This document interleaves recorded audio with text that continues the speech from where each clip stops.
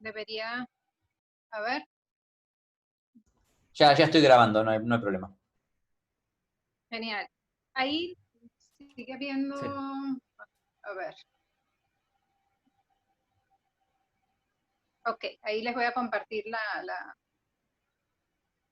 pestaña correcta.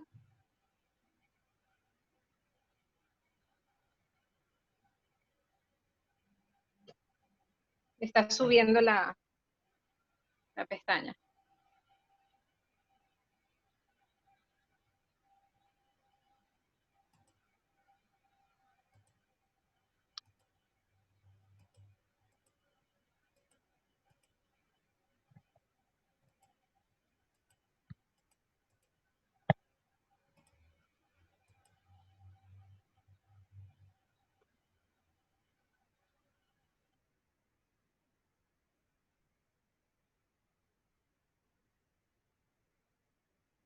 Ok. ¿Me confirman si ya ven la pantalla? Yo todavía no la veo. Todavía yo tampoco. No. Ok. Me aparece un mensaje que está cargándola, pero a ver. Voy a volverla, cerré para volverlo a hacer.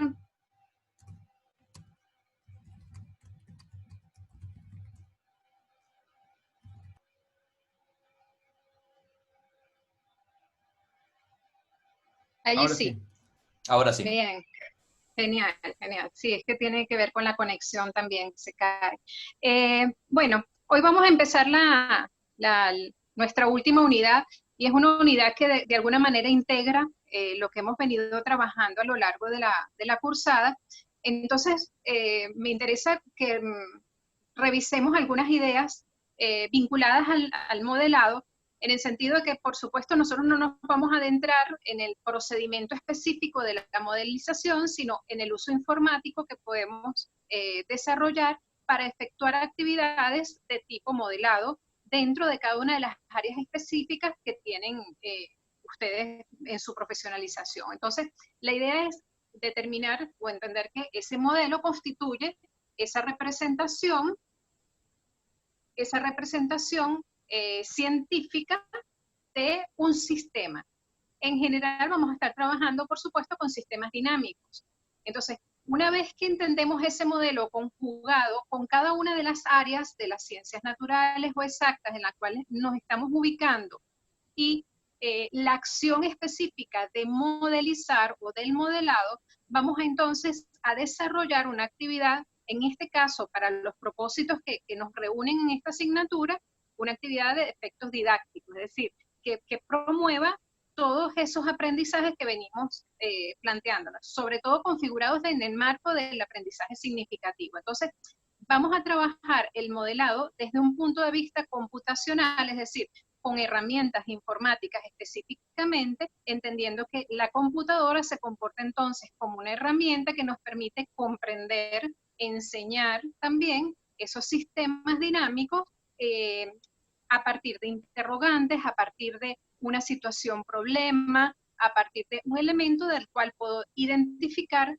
determinadas variables y poder estimar cómo se comportan esas variables o cómo van precisamente a variar esos elementos en cada caso. Entonces, normalmente la modelización o el modelado no se implementaba en secundaria, por lo menos de manera directa, sobre todo por las exigencias a nivel de comprensión y uso de elementos matemáticos. Era muy complejo, entonces normalmente se trasladaba ese trabajo al nivel universitario. Hoy en día, con el apoyo que tenemos en las herramientas informáticas, podemos empezar a utilizar el modelado en el contexto de la educación secundaria. Entonces eso es un poco, va a ser precisamente el ámbito en el que nos vamos a estar manejando con los TPs que vamos a desarrollar, entendiendo que ahora tenemos la herramienta informática como elemento de apoyo y potenciador para poder desarrollar el modelado dentro de la educación secundaria, entendiendo que el modelado va a ser una estrategia que nos permite potenciar la comprensión comprensión crítica, activa, dinámica de esos sistemas. Entonces, vamos a ver que la modelización, entendida por supuesto como ese procedimiento que nos permite experimentar ciertos cambios en parámetros o en variables del sistema dinámico que estamos estudiando, entonces eso nos va a permitir desarrollar un modelo que nos permita generar la comprensión. No desde el punto de vista representativo, es decir, no nos interesa trabajar en modelo, al igual que lo hicimos con los simuladores, simplemente para demostrar algo, sino para generar actividades que potencien el pensamiento crítico, que potencien ese pensamiento para resolver cuestionamientos, resolver preguntas específicas que puede, o consignas que puede generar el docente para desarrollar mayores niveles de comprensión junto con base a la modelización. Entonces, ¿qué nos permite el modelado? Precisamente pensar en cómo varían unas determinadas variables frente a situaciones específicas. A ver, Valeria está levantando la mano. Sí, yo tengo una pregunta. Ahí voy a prender la cámara, si se me ve. Ahí vamos. Mi pregunta es, vos recién dijiste, no es como en los simuladores que simplemente demostrábamos o comprobábamos las hipótesis. ¿Puede ser que dijiste algo así? No, quiero no, no. citarte mal. Al contrario. Lo que les estamos planteando es que vamos a utilizar la herramienta del modelado tal como lo usamos con la simulación, con los simuladores. Perfecto. Es decir, que no sea simplemente para demostrar algo, para exhibir una información de manera gráfica, bonita, atractiva, sino que sea realmente una herramienta que permita trabajar sobre ella, ¿sí? ¿Y cuál sería la diferencia con los simuladores, con la simulación? El modelado te permite generar el simulador. Ok. ¿Sí? Digamos Perfecto. que ahora vamos a adentrarnos en la fase que permite, que nos permitiría generar un proceso que podría terminar convirtiéndose en un simulador o no. Bien, pero lo vamos a hacer, por supuesto, de manera más rudimentaria. Quizás no lo vamos a hacer con los niveles que encontramos en los simuladores ya desarrollados, porque tienen, por supuesto, una gráfica, una arquitectura desarrollada por especialistas en esa área computacional. Bien. Gracias. Genial. Perdón, Dale. intervengo Ajá. un chiquitín. A veces lo que Dale. puede pasar, si vos usas el modelado como una herramienta de autor para hacer tu propia simulación, sigue siendo una simulación. Pero lo que cambia es que si vos trabajas con la herramienta de modelado para modelar, que trabajás con los estudiantes explícitamente sobre el modelo, ¿sí? Muchas veces eso en los simuladores no está tan explícito, está de fondo y uno trata de mediar justamente la interactividad del simulador, permite mediar ese contacto entre el estudiante y ese constructo teórico, pero no siempre es explícito. En cambio, en el modelado va a aparecer explícitamente y les vas a pedir a los estudiantes, si usaras una herramienta de modelado para hacer una actividad, que ellos intervengan sobre ese modelo, que construyan uno solo o que intervengan sobre un modelo ya construido. Entonces, eso cambia pues, drásticamente sobre el abordaje de contenidos con una herramienta de modelado respecto de una simulación. Exacto. Para marcar alguna diferencia. Sí, el modelado se convierte como en esa mirada tras cámara que podemos tener del simulador. Entonces podemos incidir mucho más en las variables porque estamos precisamente en el trasfondo de construcción. Entonces vamos a poder incorporar variables, desincorporar otras, etcétera. Entonces, normalmente conocemos los modelos como representaciones que ya están hechas, es decir, representaciones teóricas que vienen establecidos en marcos teóricos específicos que ya vienen dados.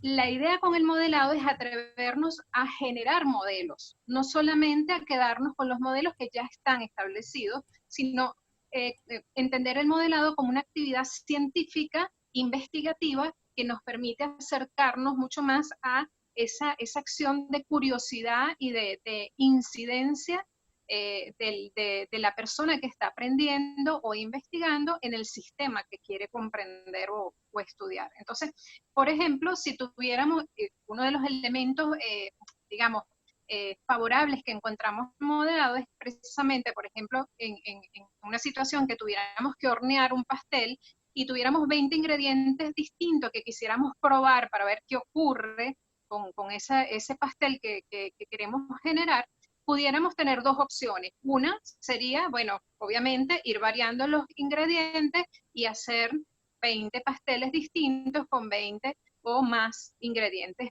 mínimamente posibles. Entonces, eso va a implicar, por supuesto, un costo en dinero y un costo, por supuesto, en tiempo, porque tienes que ir haciendo las pruebas tal cual. Entonces, ¿qué es lo que nos permite la modelización?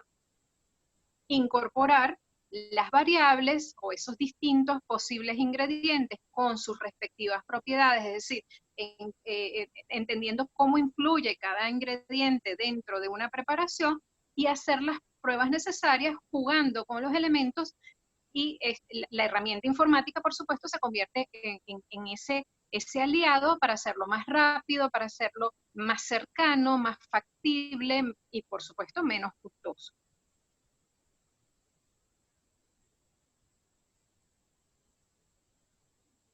¿Qué es lo que por dónde vamos a iniciar este trabajo del modelado?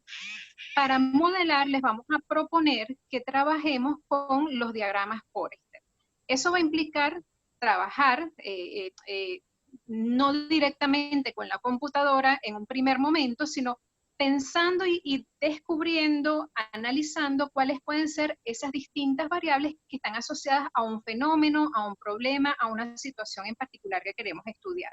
Entonces, el diagrama de Forrester lo que nos permite es hacer una representación gráfica de ese sistema dinámico para conocer, por supuesto, dentro con variables que conocemos cuáles son sus incidencias, cuáles son las formas en que afectan o cuáles son las propiedades que tienen con respecto al sistema.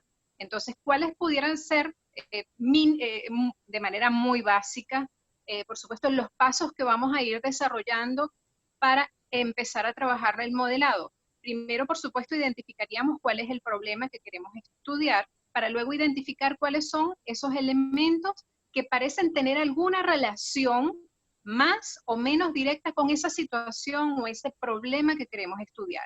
Luego vamos a su vez a identificar los elementos que influyen en esos elementos iniciales que hemos pensado.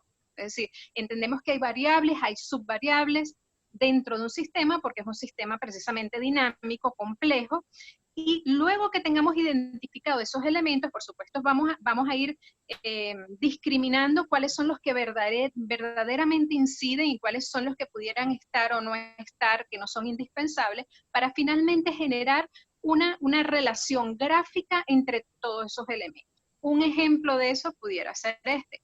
Si queremos analizar, por ejemplo, una situación epidemiológica o la pandemia que tenemos, bueno, vamos a tener unas variables indispensables y unas variables que van a ir incidiendo en cada una de esas. Entonces, la idea es colocarlas, tener ese listado, para luego establecer las relaciones, tal como se establece aquí con flechas, que digamos es el principio del diagrama del Forrester, para establecer precisamente ese modelo de relaciones que tenemos con respecto a esa situación o ese problema particular que queremos estudiar. Entonces, nuestros primeros TP se van a dirigir precisamente a esto, a la construcción de estas relaciones, a la visibilización de las relaciones, de las variables, de todo lo que está incidiendo en un problema en particular que definamos para poder establecer esto. Esto va a implicar recoger con esta unidad los aspectos fundamentales que hemos estado trabajando a lo largo de la asignatura. Cuando entendemos la computadora como una herramienta de modelado, estamos hablando de dos grandes dimensiones, la dimensión teórica y la dimensión operativa, que es la que hemos estado conjugando a lo largo de cada una de las sesiones también sincrónicas que hemos tenido. Desde una dimensión teórica hemos estado abordando en principio y fundamentalmente cómo estamos concibiendo la informática educativa. Para entonces, por supuesto, conjugarla con nuestros conocimientos disciplinares, pero a partir de ideas específicas con relación al aprendizaje. Una de esas ideas, por ejemplo, las han estado ustedes discutiendo desde que iniciamos la sesión de hoy. El tema de las ideas previas o de los conocimientos previos o la información previa es un tema que forma parte de nuestras ideas con respecto a nuestra concepción con respecto al aprendizaje, que lo entendemos como un proceso dinámico. Entonces, la informática educativa la hemos venido sustentando en un enfoque que la ubica como herramienta, es decir, entendemos la informática como una herramienta que potencia, que posibilita y amplía el marco de acción del docente y del estudiante.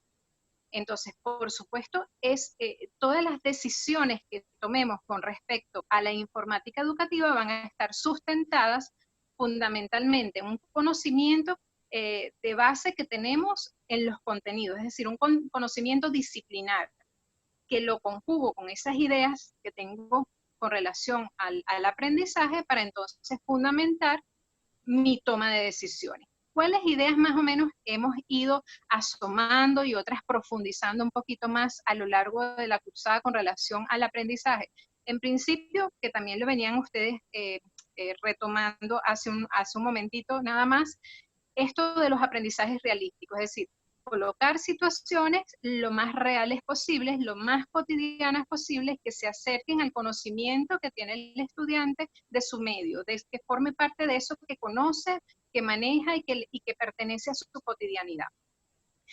Todo lo que es el aprendizaje significativo, que en realidad va conjugando muchos de los otros elementos que están allí listados, que precisamente parte de las ideas previas o los conocimientos previos para generar aprendizajes que tengan un sentido, que tengan un significado, por lo tanto, que tengan que ver con la realidad del estudiante, que se basen en problemas, es decir, que sean situaciones desafiantes, que sean situaciones frente a las cuales se presentan consignas para que el estudiante analice, piense, genere alternativas, genere respuestas creativas. Y hemos estado trabajando también el aprendizaje colaborativo, es decir, en la medida en que además estos trabajos, las actividades que desarrollamos son grupales, hacen que haya dos niveles de discusión, un nivel de discusión y de intercambio de ideas, de opiniones, argumentaciones a nivel interno entre los pares, pero también luego con los docentes. La motivación en el aprendizaje, entendiendo que al activar diferentes recursos, herramientas, etcétera, vamos a generar un marco de acción diverso, dinámico, que por supuesto entendemos que puede ser potenciador de la motivación que siente el estudiante frente al aprendizaje. Vamos además a fundamentar, y aún más ahora con esta unidad del modelado, la curiosidad científica. Es decir, vamos a generar cada vez más preguntas dirigidas a que el estudiante se cuestione qué pasa si incorporo esta variable, qué pasa si incorporo esta variación, qué pasa si elimino este elemento, si lo modifico. Entonces, todo esto va a incidir en la curiosidad científica del estudiante. Por supuesto, al trabajar con la informática educativa, estamos desarrollando las competencias tecnológicas y hemos estado, además, fundamentando todas las ideas en el aprendizaje ubicuo, que además cobra muchísimo más sentido en el contexto que estamos viviendo en estos momentos. Entonces, desde una dimensión operativa, nos ha interesado también que jueguen con estos dos componentes, el componente tecnológico y el componente didáctico, haciendo, digamos, un intercambio dialógico entre estos dos elementos, en el sentido de que, bueno, vamos a, por supuesto, hacer una selección de herramientas, en este caso de modelado, pero lo hicimos igual para los simuladores, pero esa selección va a estar fundamentada, por supuesto, en un análisis crítico de cuál es la oportunidad que me brinda esa herramienta o esas herramientas específicas, en este caso para la modelización. Pero en el caso de los simuladores, muchos de ustedes fueron jugando con distintas posibilidades, descartando algunos simuladores, seleccionando otros, y fundamentalmente lo hicieron con base, consciente o inconscientemente, a un plan didáctico que poseían, que tenía que ver con, bueno, cuál es el contenido que quiero desarrollar, cuál es el aprendizaje que quiero fomentar o propiciar en el marco de ese contenido, cuáles son los problemas que quiero generar y, bueno, como consecuencia establecieron consignas específicas, estimaciones de tiempo, para luego, sería lo que cerraría este plan didáctico, pensar en cómo lo voy a evaluar. Entonces, estos elementos son los que, por supuesto, consideramos de base para poder hacer esa selección crítica de la herramienta. Ustedes lo hicieron con los simuladores, ahora va a ocurrir también con la modelización. Y todo esto es lo que implica para nosotros precisamente esa conjunción de la informática educativa, porque implica un seguimiento pedagógico a todas las decisiones que vamos a ir tomando para las distintas actividades, para las distintas consignas, para la selección de la herramienta, etcétera. Todos los niveles de decisiones que tomamos las vamos a ir tomando y las estamos tomando sobre un basamento pedagógico, es decir, entendiendo el aprendizaje de una manera y entendiendo también el proceso de enseñanza de una manera específica. Entonces, en este sentido, vamos a ir desarrollando nuestros últimos TP relacionados con el modelado, fundamentados entonces en estos elementos que hemos recogido a lo largo de la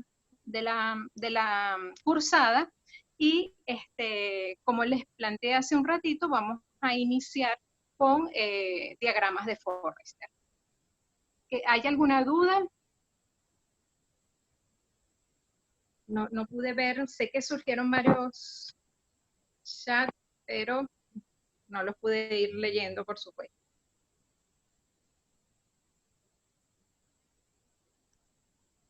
Muy bien, es una disciplina transversal. Teóricamente...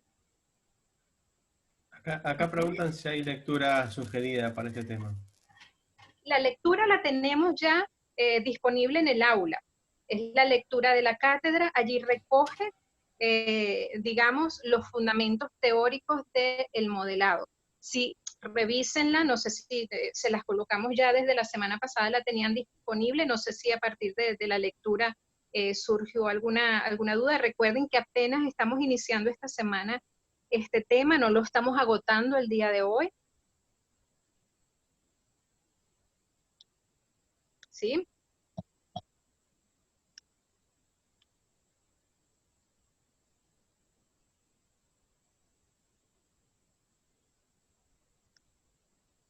A ver.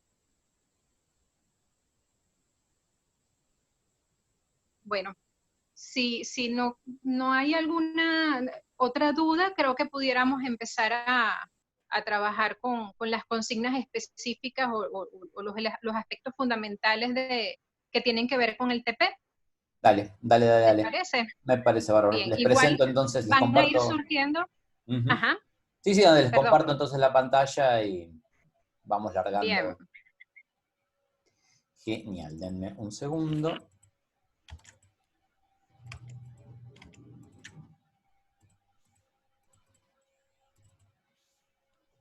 Bueno, están viendo la pantalla, ¿verdad?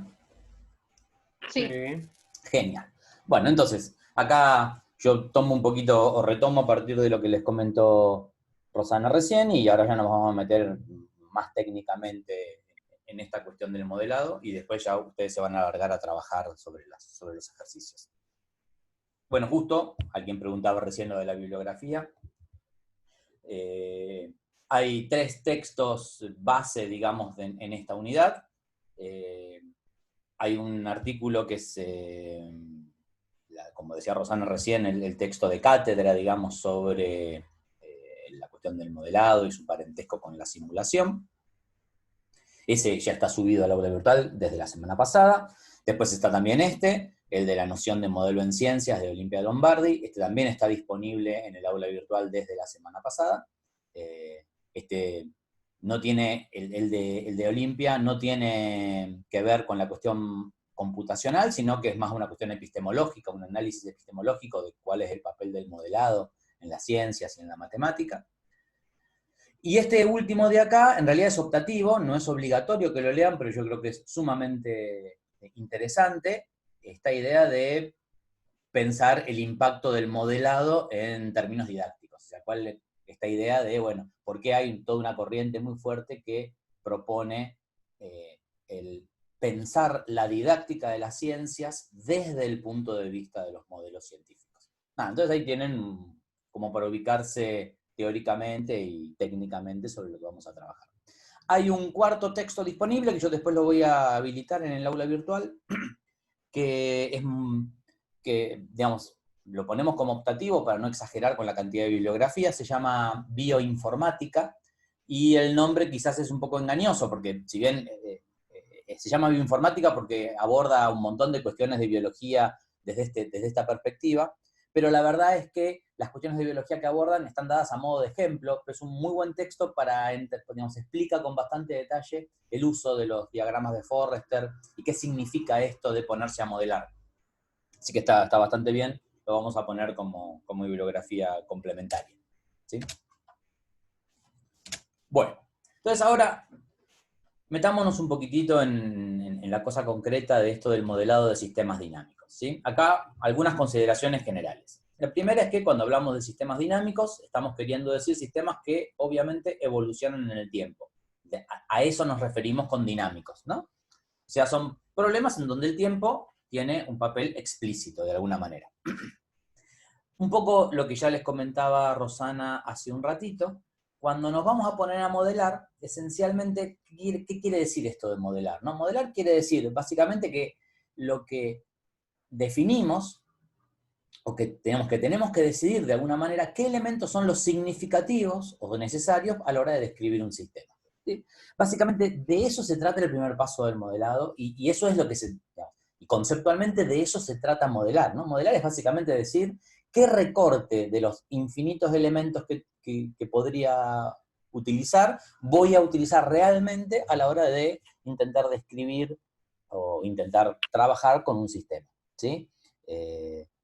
No, quiero decir, esto es algo que se hace en ciencias todo el tiempo, ¿no? Cuando escribo el MRU en física y digo que para describir el movimiento de un objeto necesito saber, por ejemplo, su posición y su velocidad, y no me importa el color, y no me importa el momento en el que lo fabricaron, y no me importa quién es el dueño, y no me importa, así como eso, infinitas otras cosas más, estoy decidiendo que lo que es significativo para describir el movimiento de ese sistema dentro de algún rango de interés, me alcanza con saber la velocidad y el tiempo.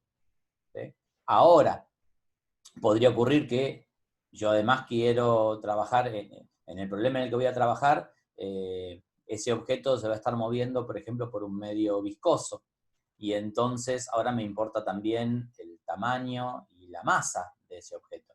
Pero entonces fíjense que yo voy adaptando qué elementos decido que son significativos o necesarios para describir ese sistema en términos del problema de interés, ¿sí? Con lo cual, como ven, se parece muchísimo, porque de hecho es lo que hacemos cuando hacemos ciencia. El segundo paso, que es casi tan importante como el primero, es, ok, no me alcanza solo con decidir cuáles son los significativos, sino que aparte tengo que poder decir algo respecto de cómo se relacionan entre ellos, ¿sí? De qué manera uno afecta al otro. Las últimas dos cuestiones son simplemente, no sé, tecnicismos o detalles. Uno puede pensar, hay como dos grandes tipos de modelos. Están los modelos matemáticos o cuantitativos, ¿sí? Son los que nos resultan más familiares probablemente a nosotros. Pero también existe toda una serie de modelos que se llaman semánticos o cualitativos, digamos, que establecen las reglas de relación entre sus elementos teóricos, normalmente a través de reglas de heurística, ¿no? O sea, a través de reglas más relacionales y no a través de ecuaciones. Y si hablamos de modelos matemáticos o cuantitativos, cuando establecemos de qué manera se relacionan entre sí los distintos parámetros y elementos de ese problema, podemos pensar que esas reglas, las reglas que relacionan un elemento con otro, las podemos justificar o pueden provenir de dos ámbitos distintos. Las podemos justificar o pueden provenir a partir de teorías o modelos ya establecidos previamente, cuando digo, por ejemplo, que, no sé, que la resistencia, no sé, a ver, agarro la ley de Ohm, por ejemplo, digo, bueno, yo voy a hacer un modelo que utilice un circuito eléctrico, entonces digo, no sé, qué sé yo, que la diferencia de potencial es igual a la corriente por la resistencia. Entonces, cuando escribo eso, cuando estoy diciendo que esa es la relación entre la corriente, la diferencia de potencial y la resistencia, la justificación de esa cosa la estoy sacando de una teoría. Eso ya está escrito en algún lado, es algo que estoy simplemente utilizando algo que ya está. O en otros casos puedo utilizar reglas pragmáticas. Yo desconozco un marco teórico que me provea la relación entre elementos y entonces lo propongo yo a partir de alguna cuestión más pragmática. Yo propongo que la relación entre esta variable y esta otra sea, no sé, me parece que esto tiene una relación lineal. O voy a empezar probando con una relación lineal a ver si medianamente funciona. Yo no tengo abierto el chat, así que si alguien quiere pararme en algún momento con alguna pregunta y eso, habilite su micrófono y mándese directamente, ¿eh? No hay ningún problema. Yo igual estoy atento. Ah, genial, genial. Pero igual, en serio, mándense directamente y listo, no hay drama. Perdón, yo, Sí. volviendo atrás, Sí. Carolina, no terminé de entender esto de, o sea, las teorías sí te entiendo cómo justificarlo. Sí. Lo otro, reglas pragmáticas, me cuesta un poco más. Fíjate que esto es algo también que es muy típico en ciencias, ¿eh? Viste, ponele cuando vos haces no sé, vos encontrás, viste, una correlación entre datos, ¿no? Ponele que vos te encontrás una correlación entre dos series de cosas, ¿sí? Bueno, vos por ahí no tenés una teoría, un marco teórico que te justifique conceptualmente por qué esas dos cosas debieran estar relacionadas entre sí. Sin embargo, vos pragmáticamente decís, ok, en algún momento desarrollaremos un modelo teórico que me explique por qué estas dos cosas están relacionadas entre sí, pero yo mientras tanto, esta regla la puedo usar. Veo que a más A hay más B, y entonces es una cosa pragmática que puedo utilizar concretamente, ¿no? Bien. Por ejemplo. ¿Sí? No sé si Por ejemplo, la ley de Boyle. A ver, ¿cómo ¿Cuál? sería? Perdón. Ahí. No, vos no tenés, a priori, cuando vos podés establecer una relación entre la presión y el volumen, pero no tenés una teoría de fondo, tenés una regla pragmática entre dos variables, pero no tenés una justificación de por qué eso sucede de esa manera. Claro. Sí, ya. Sí. Perdón, es que como que cuando hablas de teorías, como lo tengo muy, digamos, yo por lo menos, personalmente lo tengo muy incorporado, hablarlo como, bueno, tengo esto en bibliografía, por decirlo de alguna manera, Claro. Uh-huh. Y cuando decís pragmático, es como que me cuesta un poco más encontrar un ejemplo. Pero pensá que cuando vos te tengas que, lo vas a ver ahora en un ratito, porque los vamos a poner a ustedes a modelar situaciones que los corren de su disciplina. Entonces ahí vas okay. a ver que necesariamente vas a empezar a poner relaciones pragmáticas, porque decís, ok, no tengo idea cómo se relaciona esto con esto, pero Bien. propongo que se relacionen de tal manera, por ejemplo. ¿Sí? Bien. Perfecto. Gracias. No, igual volvemos todas las veces que haga falta. Sería solamente una... Sí. Sí, perdón. O sea, sería solamente una relación matemática entre variables que yo experimentalmente estoy midiendo y digo, se relacionan así y no intento ponerle ninguna teoría detrás. Sí, a ver, ahí ya está bien lo que decís, está bueno. Yo no quiero ser, muchas veces cuando uno hace estas presentaciones intenta ser poco taxativo, porque viste que generar generalizaciones a veces es complicado. La verdad es que si yo a esa inferencia que estoy haciendo le quiero poner en mi cabeza algo de carga teórica o no, o algo de justificación, corre quizás por el lugar del diseñador. Lo más probable, o sea, cuando vos lo que tenés es simplemente una correlación matemática, porque hiciste, no sé, encontraste que, no sé, encontraste que las series históricas te muestran que cuando en la zona del Ecuador, los años en los que en la zona del Ecuador hubo vientos de tal tipo, 3 meses más tarde en Chile encontraste una corriente de agua de tal cosa, ponele, ¿no? Entonces vos tenés esa correlación. Eso es y decís, bueno, a priori no tengo un modelo que me explique, que me conecte esos dos eventos, pero uso la correlación. 7 años veo que pasó eso en el Ecuador, bueno, ya sé que dentro de 3 meses en Chile probablemente pase tal cosa, ¿no? Pero después hay otras situaciones en donde uno cuando tiene que modelar, hay algunas cosas en donde uno no sabe realmente cómo es la relación entre las dos cosas. Perdón, déjame desdecirme. Todo lo que hacemos en ciencias implica proponer reglas que uno de alguna manera las sacó, algunos las sacarán por analogía con otra cosa, otros las sacarán porque la refieren a una teoría anterior, y otros las sacarán porque simplemente dicen, bueno, empiezo a probar relaciones y normalmente empiezo probando la más sencilla, y si eso me da un resultado que me sirve, me quedo con ella, y si eso me da un resultado que no me ajusta con lo que yo necesito, empiezo a probar relaciones más complicadas, ¿no? El proceso por el cual uno propone la manera en la que se relacionan dos variables es donde está probablemente el salto creativo del modelado, ¿no? Ahí es el aporte personal de cada uno, de cómo a vos se te ocurrió proponer la vinculación entre dos cosas. Nosotros, esto creo que Santiago se los contaba la vez pasada, nosotros como estudiantes de esta facultad estamos muy acostumbrados y nos desempeñamos bien en trabajar con modelos que están hechos. O sea, nosotros estudiamos modelos, nos enseñan un montón de modelos en nuestras carreras, y después somos muy competentes para trabajar sobre ellos, ¿no? Y ponerlos en práctica, y usarlos, y hacerles alguna modificación si hace falta para alguna cosa, pero somos como muy competentes. Pero no tenemos tanta experiencia en desarrollar nuestros propios modelos, o sea, en tomar una situación y decir, ok, yo tengo que proponer algo respecto de esta situación. Y un poco por ahí va esta parte de la materia, ¿no? En generar situaciones en donde ustedes tengan que decir, ok, yo voy a proponer alguna manera de modelar esta vinculación entre variables, ¿sí? Bien. Bueno. Gracias. Hay varias maneras de hacer modelado. Yo acá les voy a mostrar dos, simplemente, y en particular nosotros en esta materia nos vamos a concentrar en una de ellas. Les muestro primero esta, que es la que no vamos a usar, pero se las cuento porque está buena, digamos.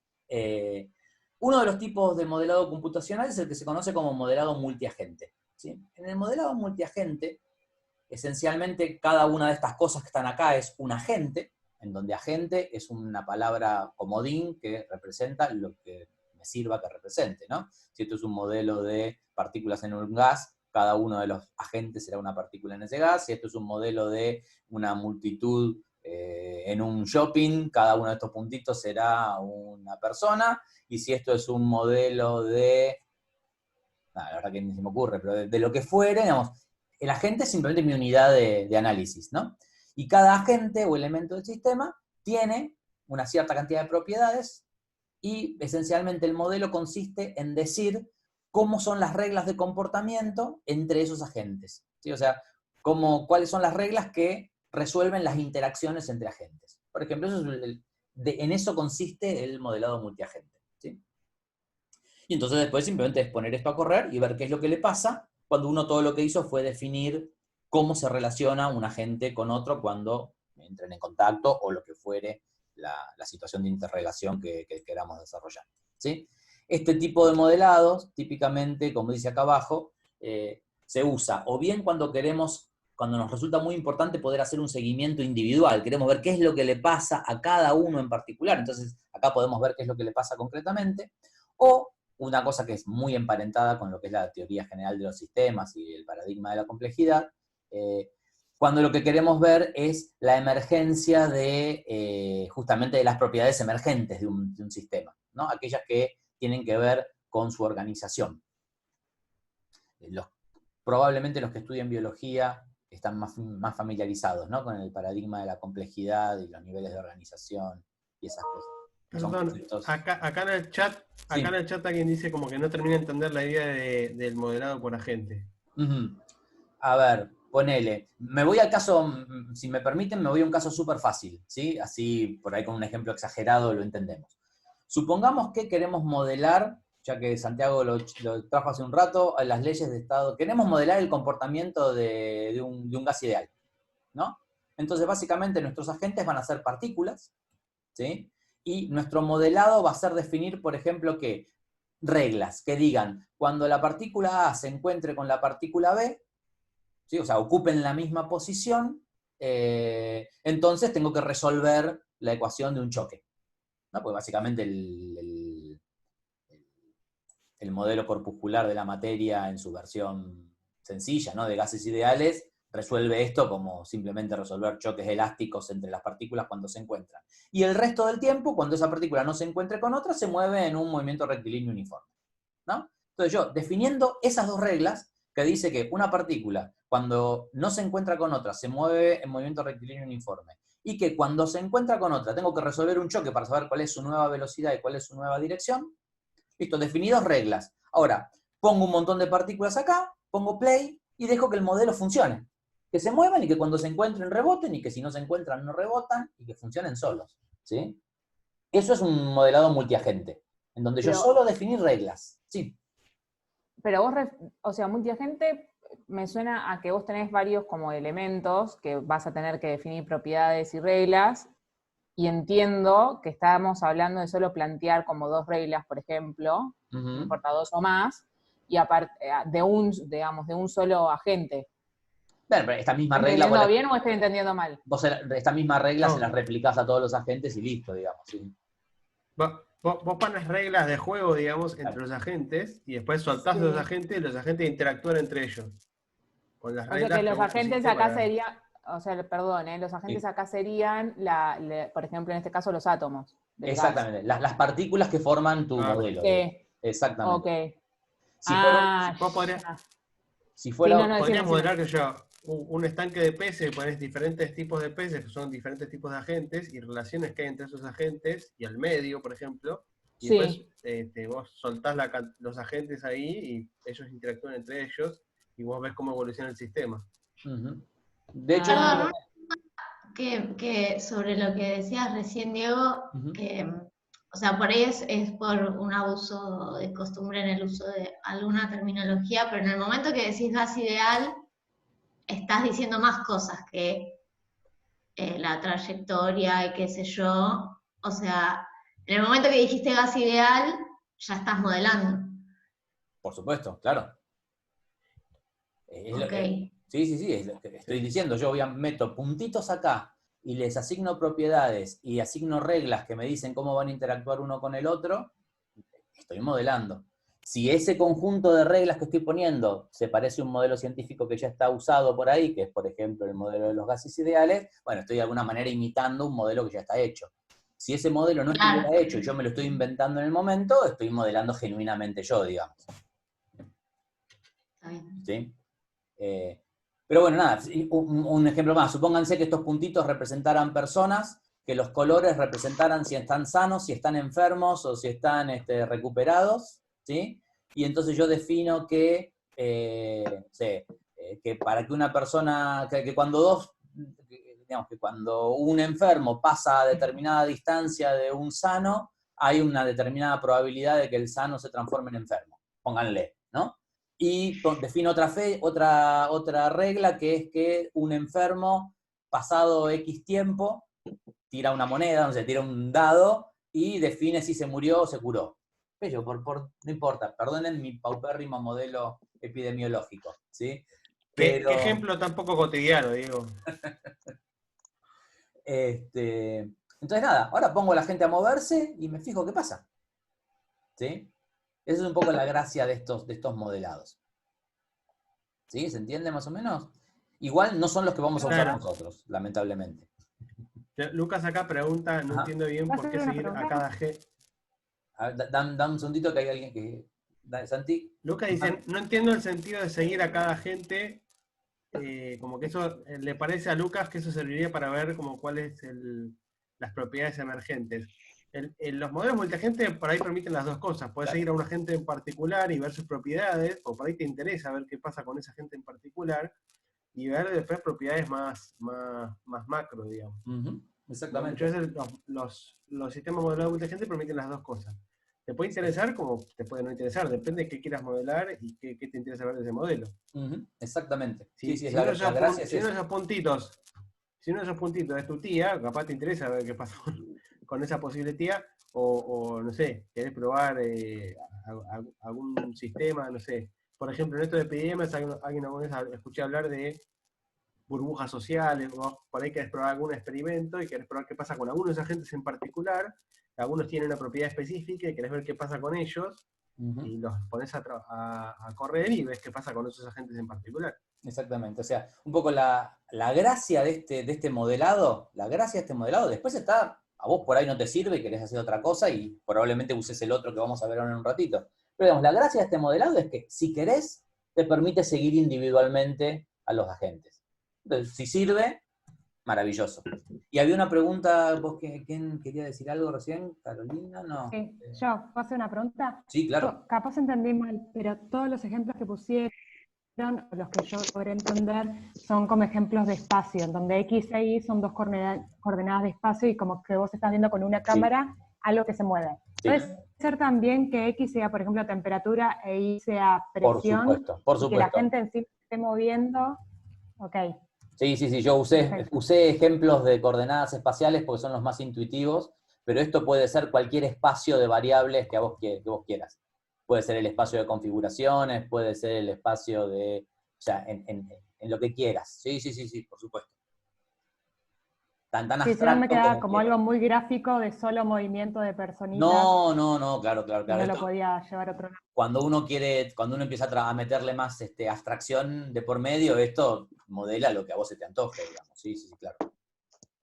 Bien, ahora, de todas maneras, no se emocionen mucho con este sistema de modelado porque no es el que vamos a usar nosotros. No porque no esté bueno, sino porque es complejo. Entonces vamos a usar uno que es más sencillo de usar. Vos, Santi, me ibas a decir algo, perdón. No. Estaba pidiendo el link de ese simulador, de esta herramienta de modelado. Hay varias. Después lo charlamos un poco. El problema de este tipo de modelado es que requiere programación. O sea, no hay muchas herramientas que te independicen a vos de escribir algo de código. Por eso no lo usamos acá en esta materia. Pero no había una con las hormiguitas, algo de ese estilo. Pero eso estaba hecho en Starlogo, me parece. Bueno, después pasamos link y tutoriales. Y que investiguen. Las que sí vamos a usar nosotros son estas, que son otra forma de modelar un sistema dinámico. En esta forma de modelar un sistema dinámico, esencialmente lo que uno hace es mirar cómo es la evolución de propiedades macroscópicas, ¿sí? Por ejemplo, así como si en el caso anterior yo lo que hacía era mirar era mirar qué agentes estaban sanos, qué agentes estaban enfermos y qué agentes estaban curados, por ejemplo, recuperados. En este modelo, lo que yo tengo es la cuenta general. Lo que hago acá es decir, bueno, ¿cuántos tengo sanos? ¿Cuántos tengo infectados? ¿Cuántos tengo recuperados? Pero no tengo el seguimiento individual de cada uno. Tengo lo que se suele decir el comportamiento integral del sistema, ¿no? O sea, tengo ya el total, digamos, y veo cómo evolucionan los totales, ¿sí? Este tipo de modelado, desde un punto de vista estrictamente matemático, se resuelve utilizando EDOs, o sea, ecuaciones diferenciales ordinarias. Pero antes de que empiecen a desmayar y a espantarse, como ocurre en estas materias informáticas, la gracia está en que le vamos a ceder la resolución numérica del problema a la computadora y nosotros nos vamos a olvidar de que de fondo estamos resolviendo una ecuación diferencial, ¿sí? Este modelo parecería no tener ningún uso, es un chiste, por si no es obvio por el contexto. Bueno, nada, quería decir juro que estoy reutilizando un PowerPoint que armamos el año pasado, ¿eh? No lo hicimos a propósito para esta situación. De hecho, el modelo SIR, es como un modelo base, digamos, de epidemiológico. Bien, entonces, este modelado, a diferencia del otro que se utilizaba para ver la emergencia de las propiedades organizativas de ese sistema y que tenía la característica de que me permitía, si me interesaba, hacer un seguimiento individuo a individuo, en este modelado lo que yo hago esencialmente es describir propiedades macroscópicas, ¿sí? Sobre todo describir propiedades macroscópicas, esto es un tecnicismo que no les va a preocupar demasiado, pero sobre todo describir propiedades macroscópicas de cantidades que sean continuas, porque las ecuaciones diferenciales trabajan sobre cantidades continuas, o si no son continuas, que estemos trabajando en una escala en la que podamos barrer abajo de la alfombra esa discretitud, ¿sí? O sea, decir, bueno, ok, sí, la cantidad de personas en una población es discreta, porque tengo 1, 2, 3, pero no 3,5, pero si estoy trabajando con 1 millón de personas, bueno, listo, la verdad que las variaciones las tomo como continuas y ya está, digamos, ¿sí? Es un clásico. ¿Se entiende esa idea? ¿Por qué hago esta acotación? Porque sí es importante no perder de vista que cuando el desarrollo de este modelo, o sea, cuando este modelo esté corriendo y estamos viendo qué es lo que le pasa a estas cosas, cuando alguna de estas variables se acerque mucho, por ejemplo, a 0, como está pasando acá, ¿sí? Ahí podemos empezar a tener algún problema en el desarrollo del modelo, porque si este modelo era discreto, en algún punto tiene que pasar de 1 a 0 y acabarse, mientras que como lo estoy resolviendo con ecuaciones diferenciales, entre el 1 y el 0 hay infinitos valores intermedios que físicamente no tienen significado, pero el modelo no lo sabe y va a seguir ejecutándolo. Entonces nada, uno tiene que saber cuál es el rango de validez, digamos, del modelo que está desarrollando, como con cualquier modelo. ¿Sí? Sigo. Ustedes párenme cualquier cosa. Bien. Una pregunta. Perdón, no sé, si querés vos andar. En la diapositiva anterior, cuando decís propiedades macroscópicas, Sí. ¿te referís a una cuestión del modelo, o sea, o tiene que ver con cuestiones de física o química de la No, macroscópica? uso macroscópica, está bien. Uso macroscópica, en realidad el término que debería haber usado ahí es propiedades integrales. O sea, no tengo qué es lo que le pasa a cada enfermo, sino que lo que tengo es la cantidad total de enfermos. No tengo qué es lo que le pasa a cada átomo, sino que lo que tengo es, no sé, la energía media del sistema. Digamos, cosas así que sean la suma, de alguna manera, de individualidades. En ese Propiedades sentido macro. me refiero a macroscópico. ¿Sí? Gracias. ¿Había otra pregunta? Claro. Sí, ves, justo eso que repetiste recién, o sea, en lo otro ves a cada, si querés, a cada individuo, a cada gente, a cada partícula, y acá estás viendo al conjunto. Exactamente. Exactamente. Gracias. Exactamente. Muchísimas gracias. De hecho, si yo tengo este modelado, yo al programita que use para modelar le puedo decir, che, sumame la cantidad de enfermos, sumame la cantidad de sanos y sumame la cantidad de curados, digamos, de recuperados, y graficame cómo evolucionan esos números en el tiempo y obtendría este mismo tipo de gráfico. ¿Sí? Lo que sucede es que si yo solamente estoy interesado en este tipo de gráficos, es más potente matemáticamente venir y trabajarlo acá que venir y trabajarlo acá. Es simplemente eso, digamos, una cuestión de potencia de cálculo y de optimización de los recursos informáticos.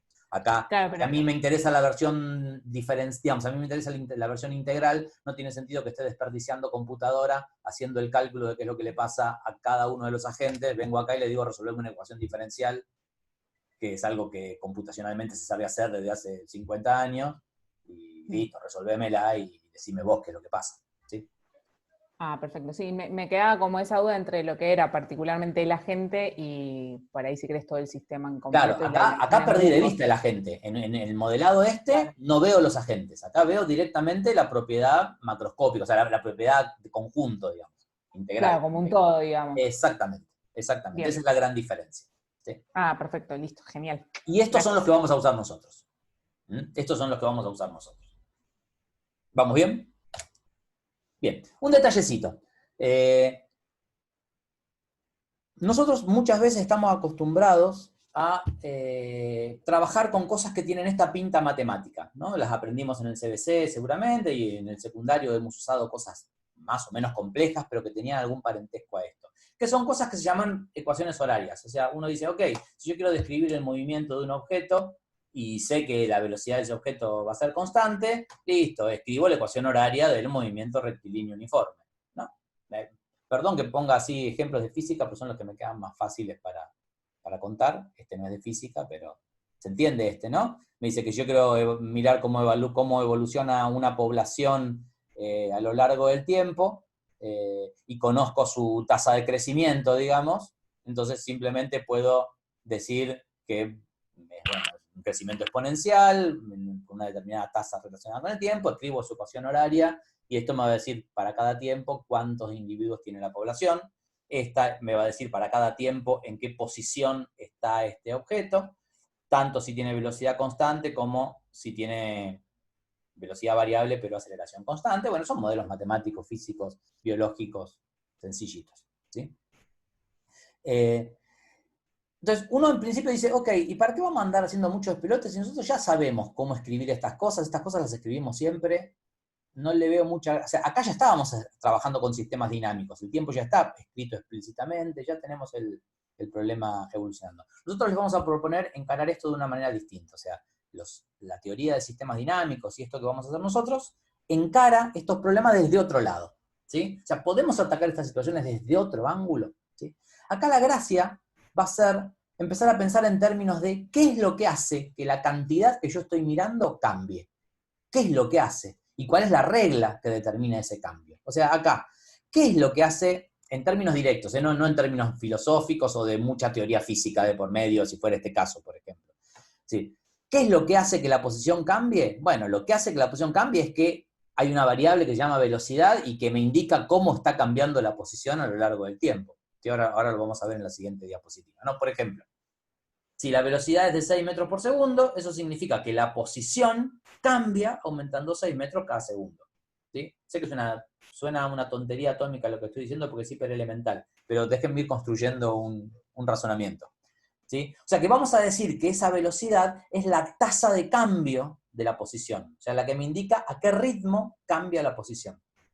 Lo mismo si tengo la aceleración, ¿no? Si la aceleración es de 2 metros por segundo cuadrado, eso significa que la velocidad aumenta 2 metros por segundo cada segundo que pasa. O sea que la aceleración es la tasa de cambio de la velocidad. En el primer problema, si la natalidad, por ejemplo, es de un determinado, no sé, el 8% anual, por decir algo, entonces la población aumenta en 0,8 multiplicado por P cada año. Bueno, perdón, 0,08 multiplicado por P cada año. ¿Sí? O sea, la natalidad funciona como tasa de cambio. La gracia de los sistemas dinámicos es hacer el clic de empezar a pensar en términos de cuáles son las tasas de cambio, o sea, cuáles son las cosas que hacen cambiar a las variables. ¿Por qué nos vamos a preocupar por esto? Esencialmente primero porque se parece mucho más a la manera en la que realmente parecieran funcionar los sistemas dinámicos, ¿sí? Y segundo, porque una de las cosas que sucede cuando uno escribe ecuaciones horarias es que la ecuación horaria tiene una cosa implícita que muchas veces no nos damos cuenta. Esta ecuación horaria es válida en la medida que yo pueda garantizar que no va a variar la velocidad a lo largo de todo este problema. ¿Sí? Porque esta ecuación funciona si B es constante. Esta predicción respecto de cómo va a evolucionar la población es válida en la medida que yo pueda asegurar que no va a haber cambios en la tasa de crecimiento. Lo mismo en la aceleración y lo mismo en cualquier problema de este estilo. De hecho, en el colegio o en el CBC nos acostumbramos, por ejemplo, para resolver un problema de velocidades en donde la velocidad cambiaba en determinados intervalos, en la práctica lo que teníamos que hacer era romper el problema en varios problemitas independientes. Cada uno de ellos tenía velocidad constante, por ejemplo, y lo representábamos con una ecuación de este estilo y decíamos, bueno, ok, calculo solamente el primer trayecto, me fijo a dónde termina, ahora calculo el segundo trayecto. Pero si yo tuviera un problema en el que la velocidad, por ejemplo, puede variar de manera dinámica a lo largo de ese problema, a lo largo del tiempo, este tipo de ecuaciones no me sirve para resolverlo, ¿sí? Mientras que van a ver ahora que esta forma de encarar el problema sí me sirve para resolver ese tipo de problemas en donde hay variaciones instante a instante, o al menos podría haber variaciones instante a instante de sus parámetros. En la herramienta matemática que me da cuenta de estas cosas son las ecuaciones diferenciales, ¿no? ¿Se acuerdan, si hacen un poquito de memoria? Una ecuación diferencial básicamente lo que me dice justamente es cuál es la tasa de cambio de una variable, ¿no? Igual, no se preocupen porque en esta materia no tienen que resolver ecuaciones diferenciales, ¿eh? Solo las usamos para que se entienda, porque tenemos la herramienta teórica, para que se entienda qué es lo que estamos haciendo, pero nos vamos a independizar de las ecuaciones diferenciales. Pero una ecuación diferencial lo que me dice básicamente es cuál es la tasa de cambio de una variable, ¿no? Esto me dice que la manera en la que X cambia respecto del tiempo viene dada por la velocidad. La manera en la que la velocidad cambia respecto del tiempo viene dada por la aceleración. Y así, la manera en la que la población cambia respecto del tiempo viene dada por la natalidad multiplicada por la población, o sea, el 5% de lo que tengo. ¿Sí? ¿Vamos bien hasta acá? Entonces, una ecuación diferencial tiene lo interesante es que me dice qué es lo que sucede instante a instante. Y como me dice qué es lo que sucede instante a instante, no le importa lo que pasó antes. Y por lo tanto, si en el paso anterior la tasa valía 5 y en el paso siguiente la tasa vale 8, es irrelevante. En el paso anterior la habrá calculado con 5, en el paso siguiente la calcula con 8. No hay problema con eso, ¿sí? Y la gracia acá es que le delegamos el cálculo, por supuesto, a la computadora, y a nosotros esto no nos preocupa en lo más mínimo. ¿Sí? Y entonces, llegamos a esto que ya les mostró un poco Rosana hace un rato.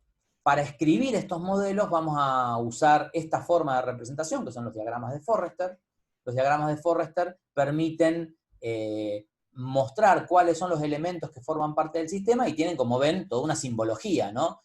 Como notarán, no todas las flechas son iguales, están estos moñitos, hay unas cosas que están en recuadro, hay flechas dobles, hay flechas simples, bueno, hay toda una simbología, un lenguaje, porque cada una de estas cosas significa algo distinto, es lo que vamos a aprender a hacer. Entonces uno de esta manera puede representar un sistema. Pero más allá de que no sepamos estrictamente lo que significan estas cosas todavía, uno ya puede intuir que acá está organizado el sistema, ¿no? Por lo pronto las flechas me marcan qué cosas influyen sobre qué otras. Después veremos qué significa una flecha doble, una flecha simple. Pero a priori estamos explicitando cuáles son los elementos que forman parte del sistema y cuáles influyen sobre cuáles. ¿Sí? ¿Vamos bien? Un poquito de terminología y ya terminamos. Falta una diapositiva más, nada más. Un poquito de terminología. A estas variables que ponemos en una caja, digamos, las vamos a llamar variables de nivel. ¿Sí? Y son, fíjense, si volvemos un poquito acá, la variable de nivel es, por ejemplo, en el caso de la población, es esa variable que va creciendo o va decreciendo, o sea, es la variable que va variando a lo largo de que avanza el problema, ¿sí? ¿Qué es lo que determina que la población cambie? Bueno, hay cosas que hacen que cambie positivamente, o sea, que crezca, y hay cosas que hacen que decrezca, ¿sí? Entonces, las cosas que se... Sí, Santi. Perdón, además también es la variable acumulable, ¿no? Exactamente. Por eso va en una caja. Exactamente, exactamente. Acá justo hablando un poco de lo que alguien mencionaba al principio de la clase, el diagrama de Forrester está basado en una analogía, que es la analogía hídrica. O sea, se supone que esto es como una especie de tanque, en donde el nivel que tenga el agua acá, o sea, el nivel al que ocupe el agua, es el valor de la variable de población. O sea, uno podría imaginarse que si población tiene un valor bajo, es como que hay poca agua en el tanque, y a medida que se va llenando el tanque, quiere decir que va aumentando la población, ¿sí? De hecho, por eso se llama variable de nivel. Mientras que estas variables, o estas cosas que están acá, que hacen que, las de este lado hacen que aumente la población, y las de este lado hacen que disminuya la población, se suelen llamar variables de flujo, ¿no? O de caudal, en el sentido de pensar que es como son cosas que le están metiendo agua a este tanque, cosas que le están sacando agua a ese tanque, ¿sí? Esa es como la analogía hidráulica. Y entonces, estos monitos de acá representan como las canillas. O sea, decir, bueno, ¿qué tan abierta está esta canilla? O sea, ¿cuánto vale este flujo? ¿Cuánto vale este flujo? ¿Sí? Ya lo van a ver, ahora todo lo que queda de la clase de hoy y de este TP se trata de que se harten de trabajar con estas cosas. Entonces, por ejemplo, miremos como, sí, Santi. No, acá preguntaron por las válvulas. Ah, bien, a ver. Justo lo que vas a decir ahora. ¿Qué preguntaron? No, preguntaron si las válvulas representan... vos hablaste de la analogía hídrica, entonces si eso que está ahí representan válvulas. Exactamente, representan las canillas, digamos, que es una forma gráfica, conceptual, análoga de representar qué tan intenso es este flujo. O sea, qué tan rápido se está llenando el tanque, o sea, qué tan rápido aumenta la población, ¿sí? O qué tan rápido disminuye la población, ¿sí? Esto mismo que está acá, creo que le cambió le cambia las letras, pero se entiende que es el mismo modelo, ¿no? Entonces, fíjense, recuerden que esto es un sistema dinámico, o sea, esto es algo que está funcionando en el tiempo. Tenemos una... Sí, Leila, decime. Sí, hay algo que yo me perdí un poco en la bibliografía sobre esto y justo dijiste la palabra y no termino de entender cómo se relaciona. La bibliografía, el texto de Chelker, habla de las variables de nivel y de las variables de flujo. Y en un momento dice, bueno, la variable puede ser acumulada, no, dice, pueden ser variables calculadas o no. Y ahí me perdí un poco y no entendí de cuáles habla, si es un tercer tipo, Bueno, si cualquiera de estas dos, las de nivel y las de flujo, pueden ser calculadas. Me perdí. te propongo que le tengas, si nos tenés un toquecito de paciencia, de eso se trata Sí, no, no, el pregunté porque no no, sí, sabía, sí, como me está, hablaron no de me, acumulable y dije, uy, pasó. Listo. está perfecto, y no me sorprende en lo más mínimo que tengas esa duda, porque es probablemente el punto más álgido, digamos, de este tema. ¿Sí? Es el punto en el que siempre genera esas dudas. Por eso no me quiero adelantar mucho a contarlo ahora así en el aire, porque por ahí, viste, cuando yo lo hablo, por ahí ya hace un poco un matete. Ahora vamos a unos ejemplos concretos y tenemos la esperanza de que funcionen para que empiecen a identificar estas cosas. Vamos a ver. Dale, gracias. Pero sí, quédate tranquila que es una duda hiper recontra razonable. Entonces, solo para terminar, si no me equivoco, esta es la última o la anteúltima diapositiva. Fíjense, acá tienen como el equivalente entre el modelo esquematizado y acá estaría su equivalente matemático, ¿no? Matematizado, digamos. Entonces, en el modelo esquematizado, lo que decimos es que tenemos una población, esa población aumenta a lo largo del tiempo porque hay una determinada tasa de nacimiento, hay una determinada cantidad de nacimientos por año, esa población disminuye a lo largo del tiempo porque hay una determinada cantidad de muertes por año. Que esta población crezca o disminuya dependerá del balance entre estos dos números, ¿no? Si nacen más de los que mueren o si mueren más de los que nacen. Ahí habrá que ver cuáles son las condiciones dinámicas de desarrollo de este problema. Y en particular, esto lo que me dice es que la cantidad de nacimientos está relacionada con alguna tasa. Por ejemplo, podría ser una tasa de nacimiento del 9% anual, qué sé yo, por decir algo, ¿no? Y habrá una tasa de mortalidad del 5% anual. Entonces, si tengo una tasa de natalidad del 9% anual, la tasa de natalidad me termina definiendo cuántos nacimientos hay, la tasa de mortalidad me termina definiendo de alguna manera cuántas muertes hay. Y el juego entre estas dos cosas me va a ir diciendo cómo evoluciona esta población. Matemáticamente eso yo lo escribiría así. Diría que la derivada de la población respecto del tiempo surge del balance entre estas dos cosas, entre cuántos nacen menos cuántos se mueren. O sea, lo que está dentro de la caja, la variable de nivel, es la que uno mete en la ecuación diferencial, ¿no? La derivada de la población respecto del tiempo. Siempre lo que está en la caja es la ecuación diferencial. Y esto siempre es lo que entra menos lo que sale. O sea, esta ecuación que está acá es una ecuación que uno pone en piloto automático.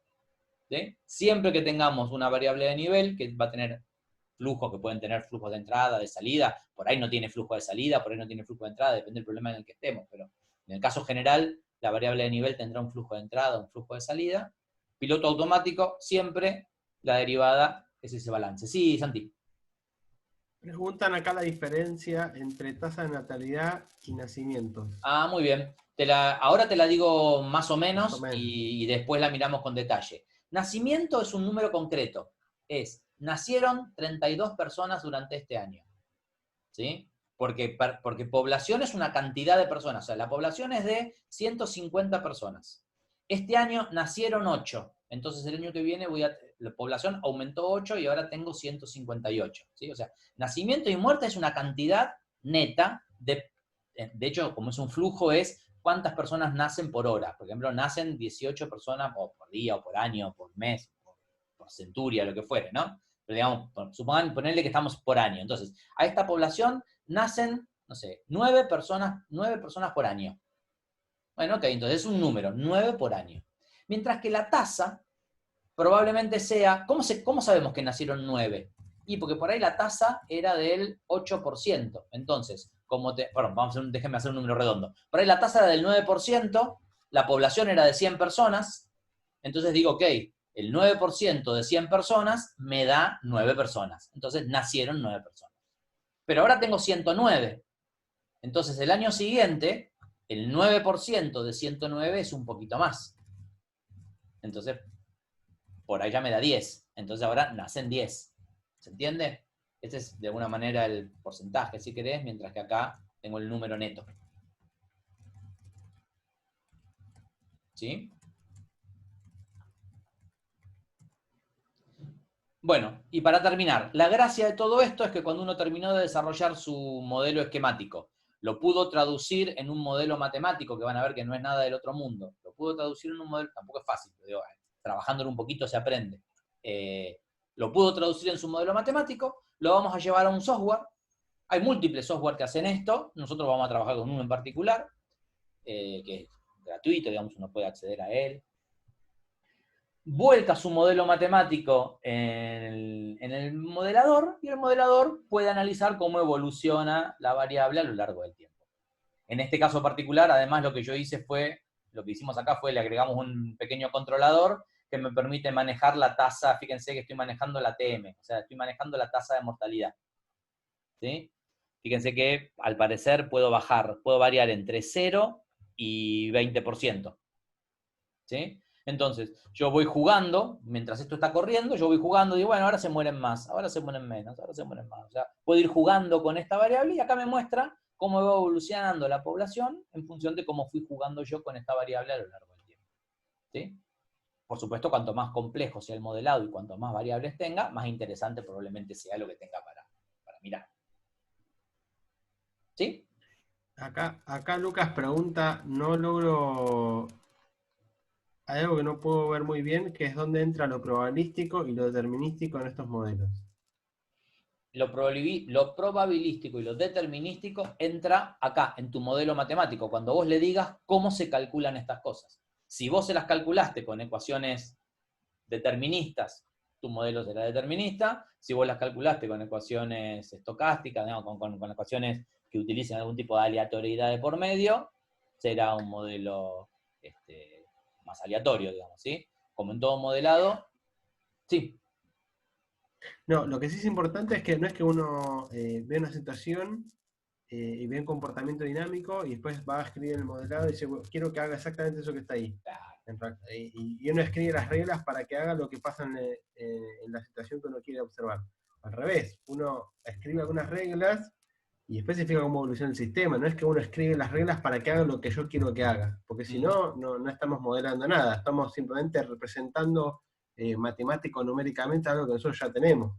Yo quiero que esto se comporte de tal manera. Eso, por ahí, la palabra determinístico me suena a eso, digamos, como vos ya le escribís de antemano la regla que tiene, o sea, el resultado que querés obtener al final de la historia, no es así. Fíjate, está muy bien eso que decís, Santi, ¿no? Fíjense en este caso, acá, como solo les queríamos mostrar esto, escribimos lo que es el caso más pavo posible, que es simplemente decir, bueno, la población es los nacimientos menos las muertes, los nacimientos tienen una tasa constante y las muertes tienen una tasa constante.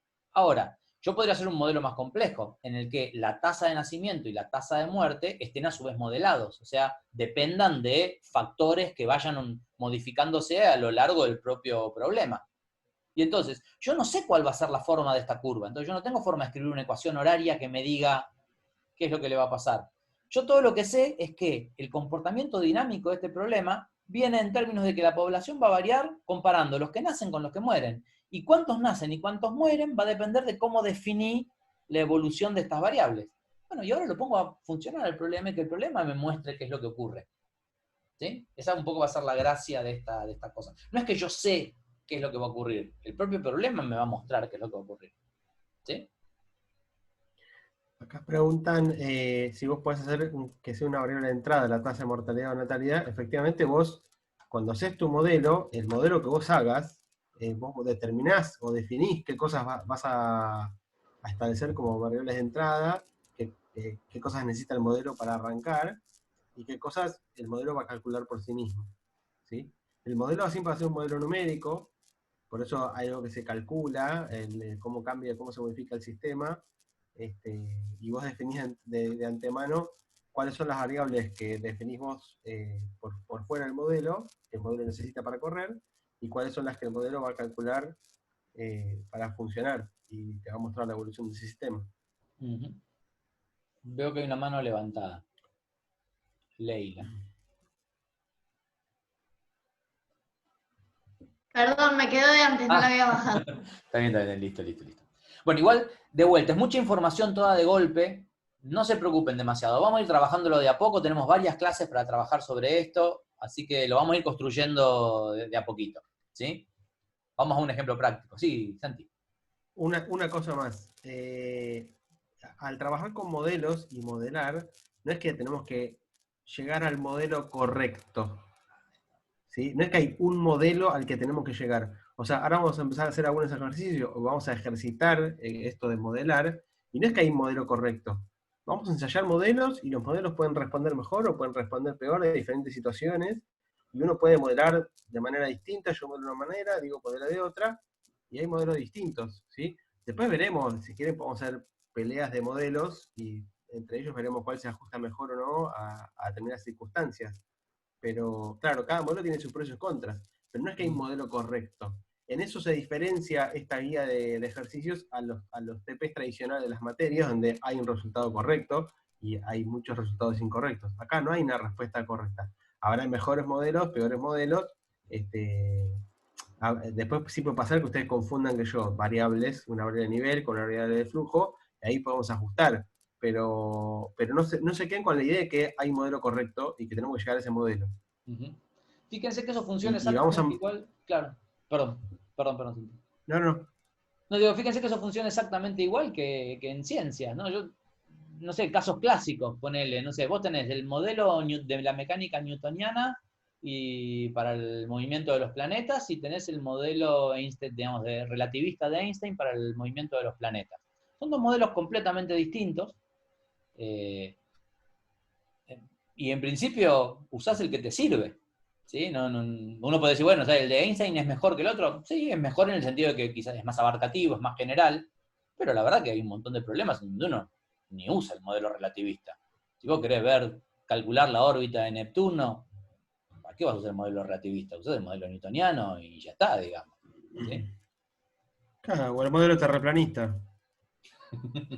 Bueno, si todo tu problema, si vos tenés que resolver una situación que está restringida a un área de 30 metros cuadrados, o de 200 metros cuadrados, o de 1000 metros cuadrados, ¿cuál es el problema de un modelo terraplanista? De hecho, cuando alguien va a diseñar el plano de su casa, no se preocupa porque con que la Tierra es una esfera.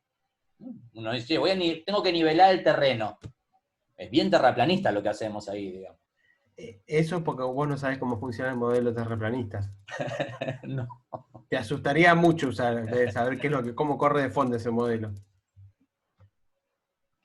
A ver, estoy leyendo el chat, perdón. Así no me pierdo alguna cosa interesante que estén diciendo.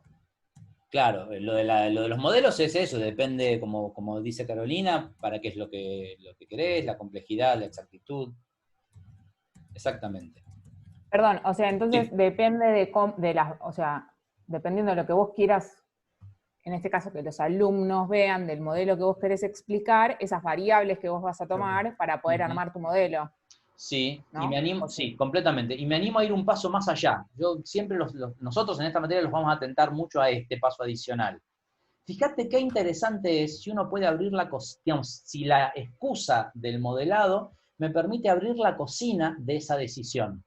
Si mis alumnos se empiezan a ser conscientes de que pueden elegir el modelo, o que, aunque no lo puedan elegir ellos, digamos, que los modelos implican haber tomado alguna cierta cantidad de decisiones respecto de qué variables usar, qué variables no usar, con qué precisión usarlas, qué voy a describir y qué no.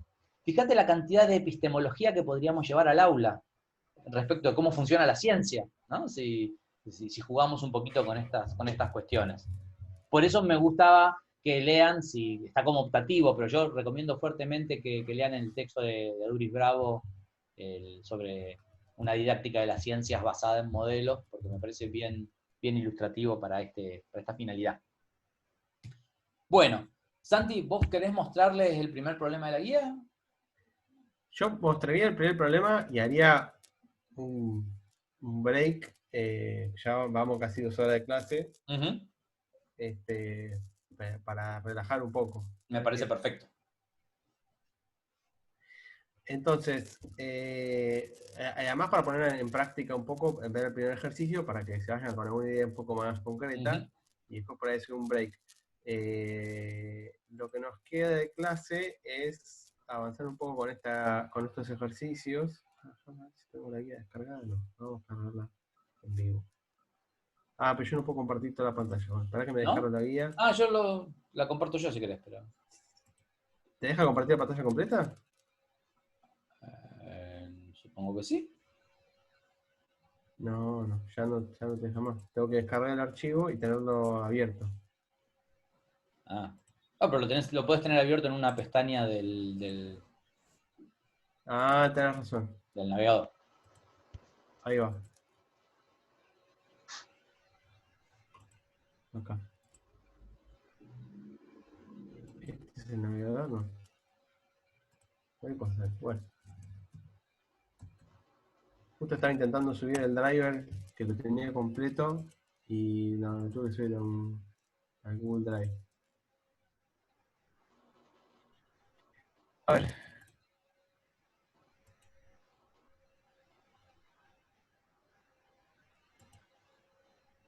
Si se fijan ahora tenemos toda una sección nueva, que es la parte de modelado, que es esta que está acá. Tienen esta que es la presentación que mostró Diego recién, y esta que es como los ejercicios de modelado, ¿sí?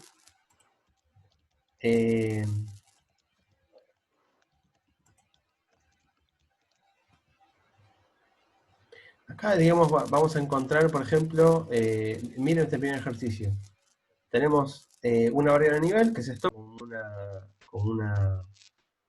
como un ejemplo de variable de nivel, de variable acumulable. Tenemos stock, producción, venta y demanda. Creo que esto era originalmente una fábrica de zapatos, pero en realidad puede ser cualquier cosa.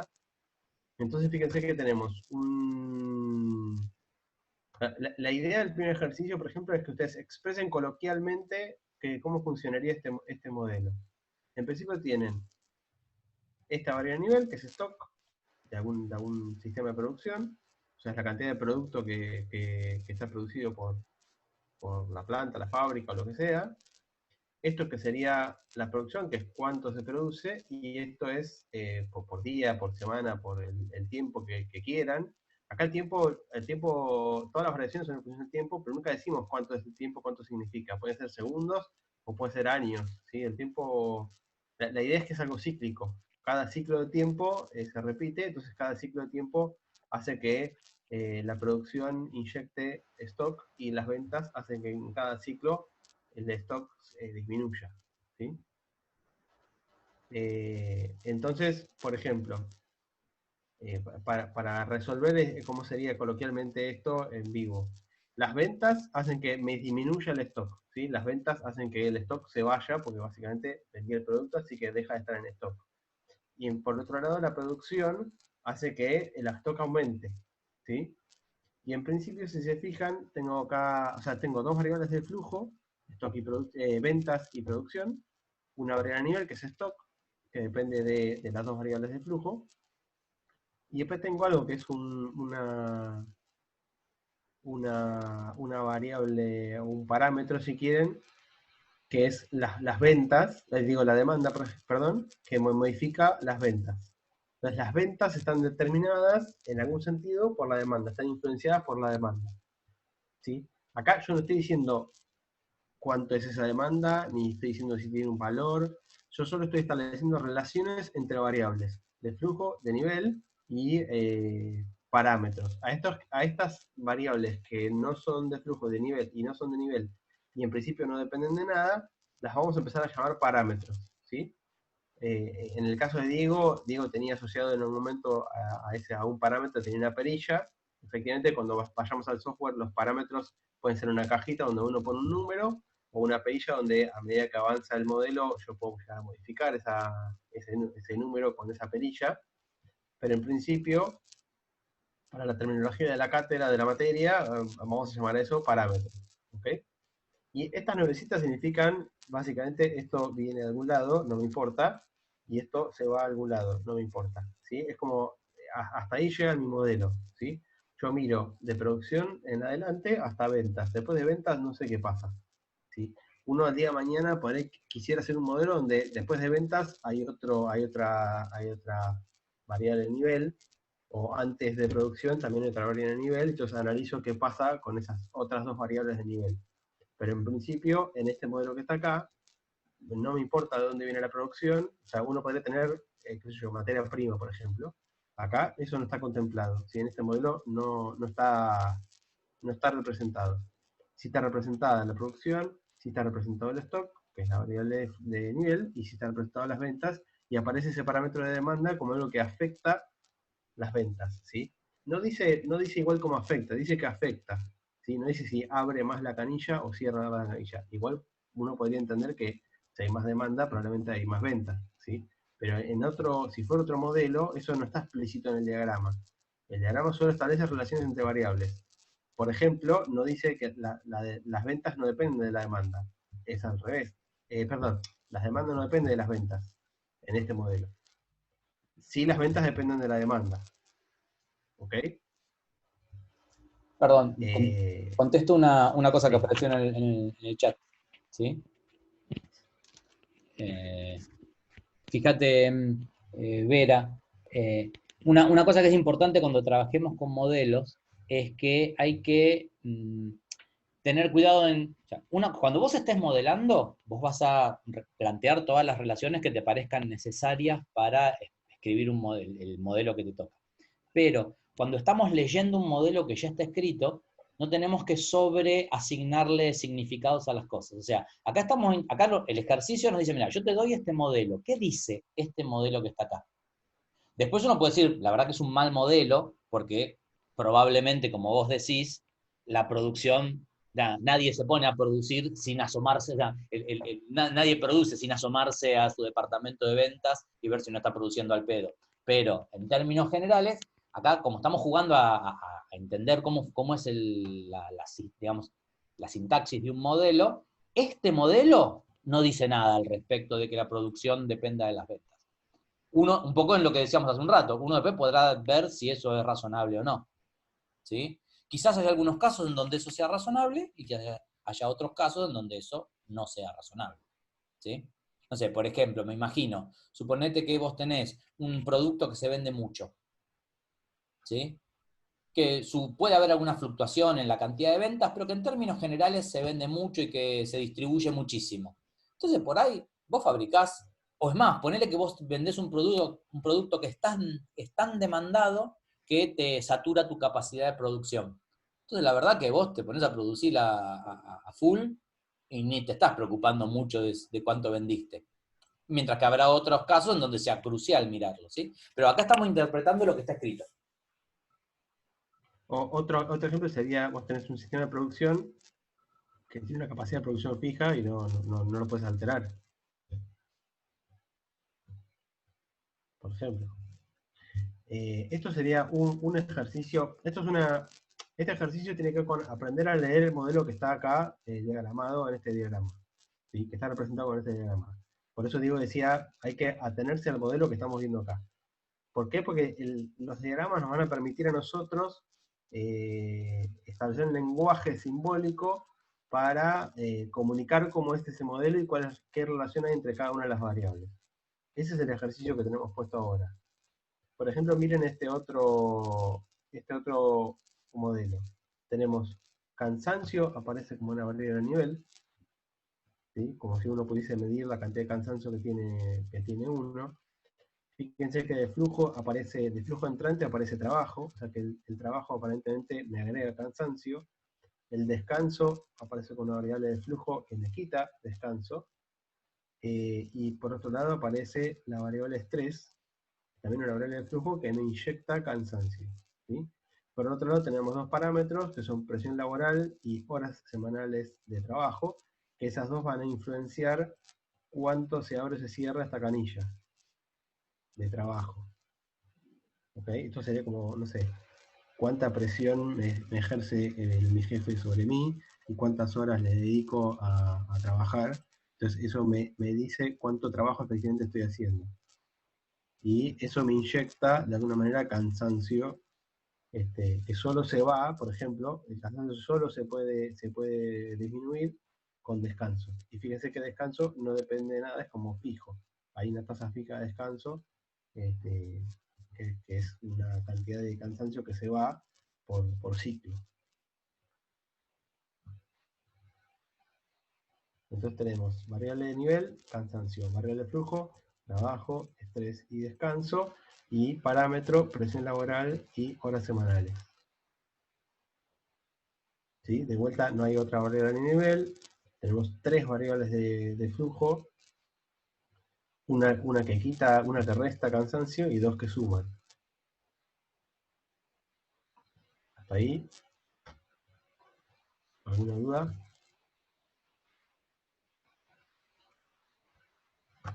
Bueno, seguimos. ¿Sí?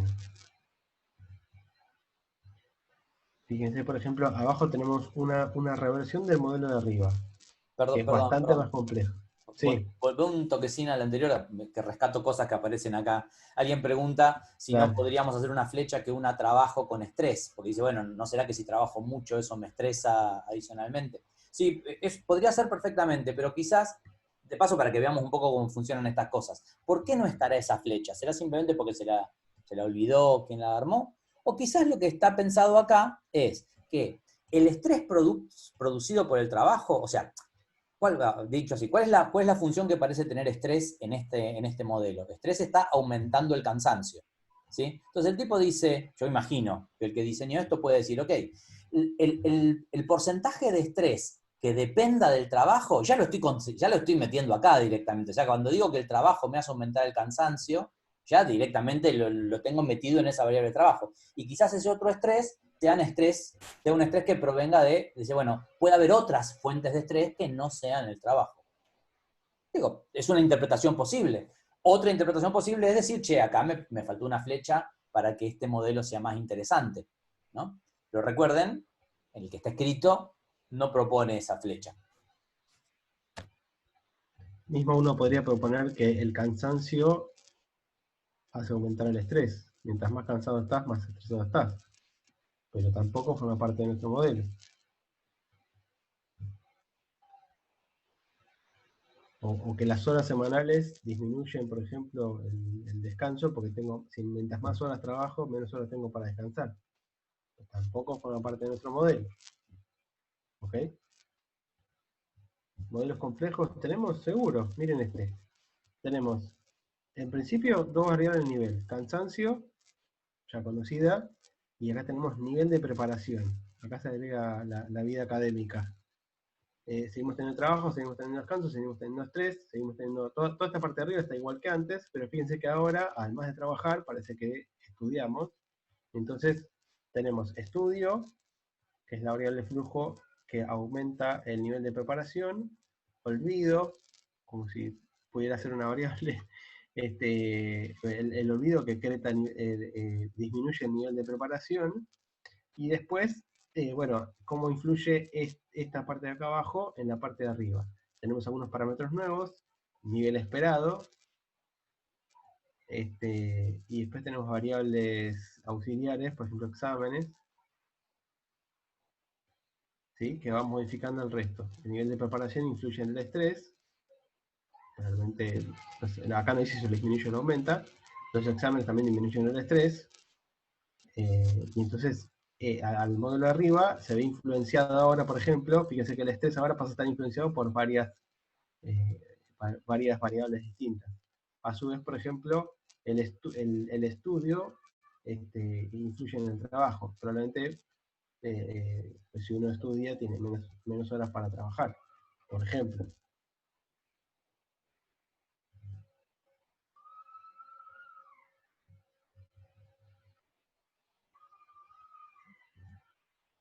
¿Está bien? Tenemos un modelo... Fíjense, Perdón, una consulta. A nivel de preparación, entonces, es un parámetro y a su vez una variable de nivel.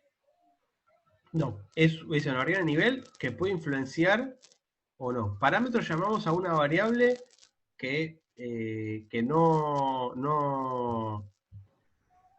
¿cómo lo puedo decir? que no es solo tiene influenciada por fecha de otra, salida. claro. Exacto. ¿Cómo de nuevo? Perdón. Vamos a llamar parámetro a una variable que no es influenciada por otra. O sea, si vos tenés una variable, lo que sea, Sí. vos tenés una variable, lo que sea, que solo tiene flechas que salen, bueno, esto va a ser un parámetro, porque nada lo influencia como parámetro.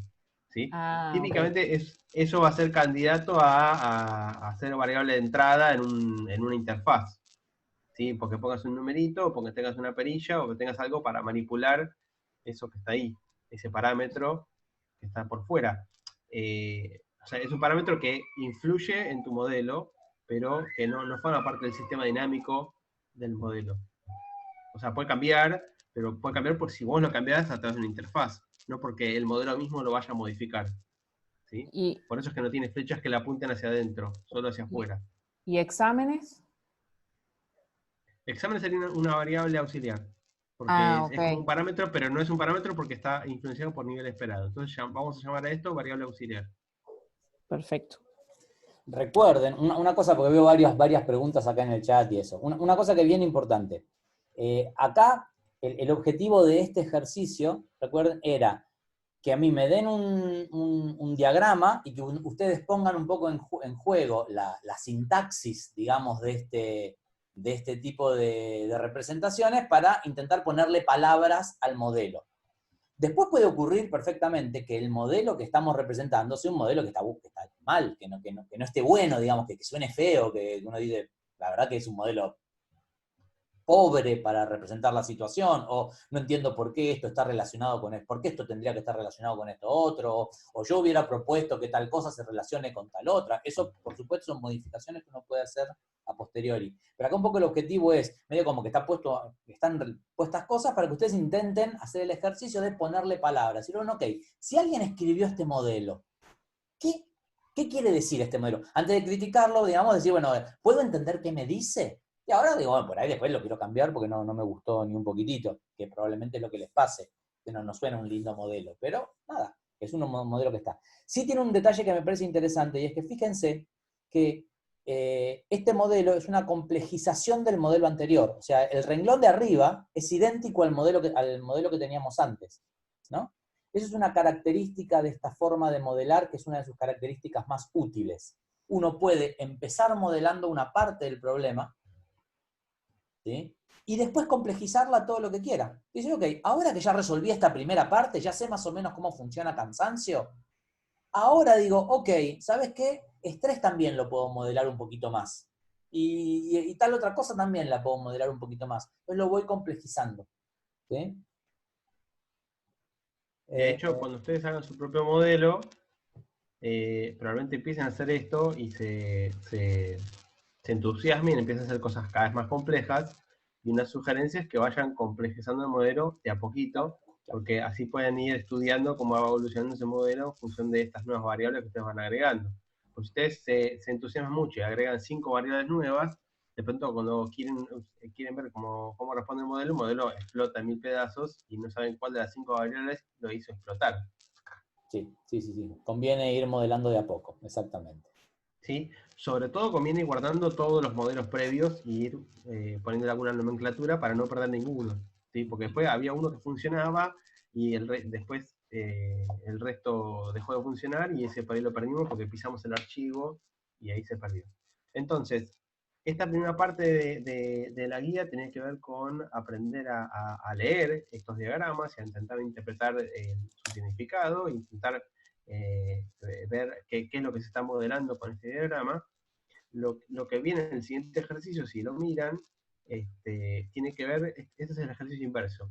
Hay una situación descrita con un par de oraciones, y la idea es que ustedes traten de volcar eso en un diagrama, ¿sí?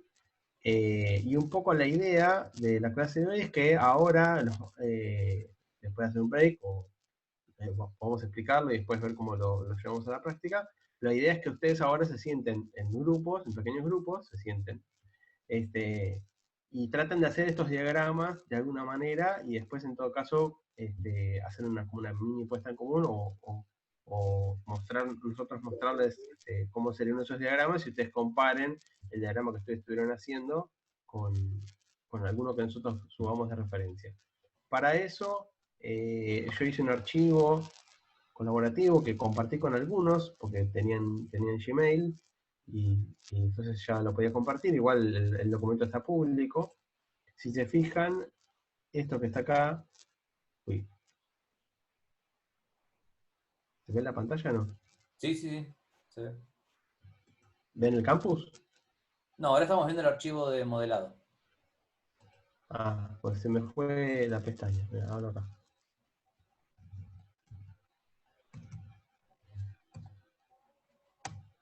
Lo que hice fue crear una presentación de diapositivas de Google y pusimos ahí algunos elementos para que ustedes puedan dibujar sin romperse mucho los esquemas, para que puedan hacer estos dibujos ahí en esa misma filmina.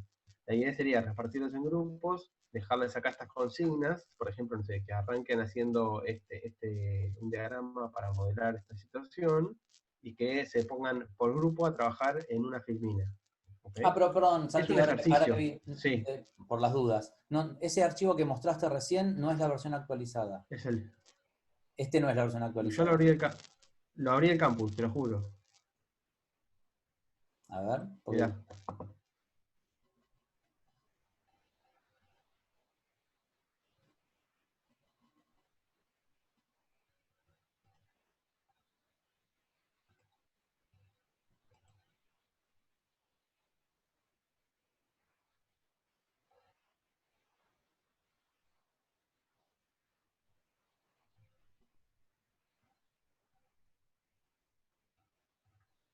Para ir rellenando el espacio, la idea sería hacer algunos ejercicios sobre cómo hacer o ensayar estos diagramas e irnos de la clase de hoy con mínimamente alguna idea sobre cómo se escriben estos diagramas y cómo nos permiten a nosotros comunicar un modelo. ¿Ahí? No, es que me parece que usaste el link de abajo y no el de arriba. Dame un segundito. Vos tenés un link más del que había puesto yo. No, acá A ver, dame un segundito. Que es el que está visible. No, ¿ves? Bueno, fíjate, cuando vos apretás en el... Actualiza tu navegador, a ver.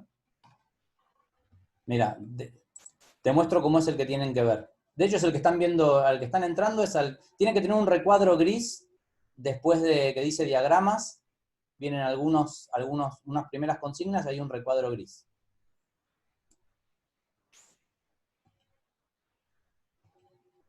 Este es.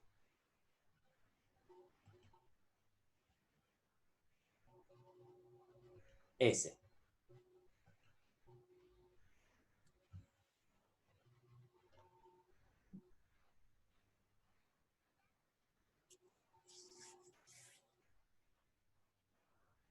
¿Este? Ese es, exactamente.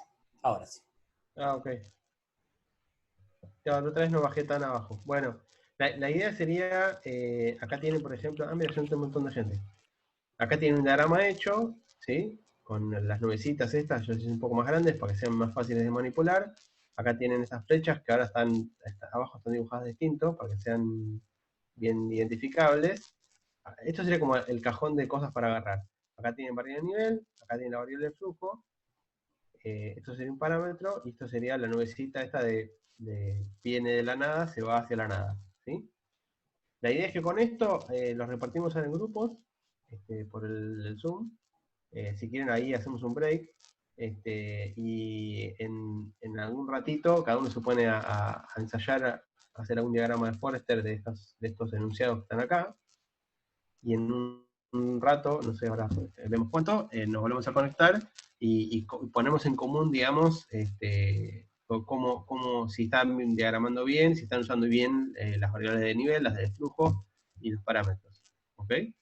Cosa que nos vamos hoy con esa idea bien en la cabeza, después quedará de tarea por ahí avanzar un poco más con esa guía y ensayar cómo hacer estos diagramas. Bien, mientras, no sé si tiene sentido, si quieren que hagamos salas para que ustedes se mantengan vía Zoom, o si directamente prefieren tomarse un break y se contactan con su grupo vía lo que usen normalmente para contactarse con su grupo, WhatsApp o lo que sea que... Sí, la opción de la sala, si tenemos que armar los grupos A, B, C, D, es bastante engorrosa. Por lo que veo, la mayoría prefiere evitar Zoom. Quieren tomarse un descanso. Listo, y hacerlo por afuera. Usan los grupos normales y listo. Sí. Si alguien quisiera usar Zoom, se conecta a este Zoom y... Sí. Un par de aclaraciones, así coordinamos un poco, algunas cosas. Dale. La primera es, alguien lo preguntó, no, el TP4 no tiene una fecha concreta, no se entrega. El TP4 son ejercicios en los que vamos a ir aprendiendo a hacer estas cosas de modelado. Lo que hay en el cronograma que publicamos la clase pasada es una sugerencia de hasta qué ejercicios nosotros damos por hecho que ustedes van a haber avanzado en cada una de las clases, ¿sí? Porque con eso, digamos, la clase va a estar diagramada asumiendo que ustedes ya al menos intentaron hacer esas cosas y que si no lo pudieron hacer, de última, van a traer dudas concretas y vamos a trabajar sobre esas dudas que tengan. Pero lo que hay entonces es una sugerencia de hasta qué ejercicio esperamos que hagan en cada clase, pero el TP4 no se entrega, ¿sí? Este no es uno que tengan que entregar. ¿Por qué? Porque lo que aprendemos a hacer acá lo ponemos en juego en el TP5, y ese sí se entrega. Entonces no tiene sentido que nos entreguen 2 TP distintos, directamente entregan el TP5. ¿De acuerdo? Eso por un lado. Por otro lado, que acá veo también que algunos lo están proponiendo, si pongamos un horario de regreso, Rosana propone a las 18 y me parece perfecto, y yo les diría que intenten hacer, déjenme que mire exactamente hasta cuándo, yo les diría que intenten hacer hasta el ejercicio, digamos, el punto 1 es el que les estuvo contando Santiago recién, así que ahora se lo pueden saltear y después lo miran con más tranquilidad en su casa. Pero del ejercicio 2, nos interesaría que intenten hacer los 4 primeros ítems. ¿Sí? Los otros después los siguen haciendo ustedes de tarea en su casa, pero si pueden intentar hacer estos 4 primeros ítems, ahí ya tenemos cosas interesantes para charlar cuando nos volvemos a juntar a las 6. ¿De acuerdo?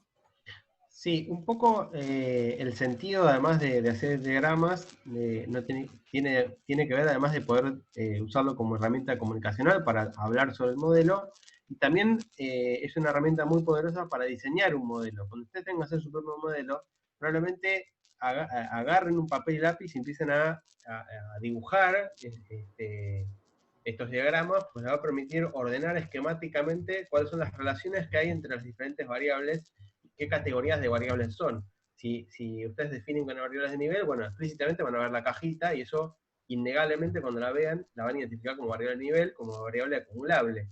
Lo mismo con la variable del flujo, lo mismo con las variables auxiliares y los parámetros. ¿Ok? Es más, si yo les Una recomendaría... herramienta cognitiva. Yo les recomendaría que se concentren en los puntos 1, 2 y 4.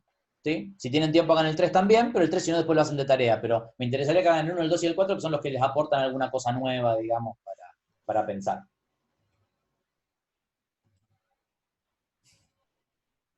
Y alguien pregunta cuánto nos quedamos después de las 6. Lo menos posible, pero nada, Sí. haremos alguna apuesta en común para ver las dudas que les surjan. ¿Sí? Y bueno, nos tomamos un break. Listo. Chau, nos vemos a las 6. Perfecto. Dale. Pausamos la grabación.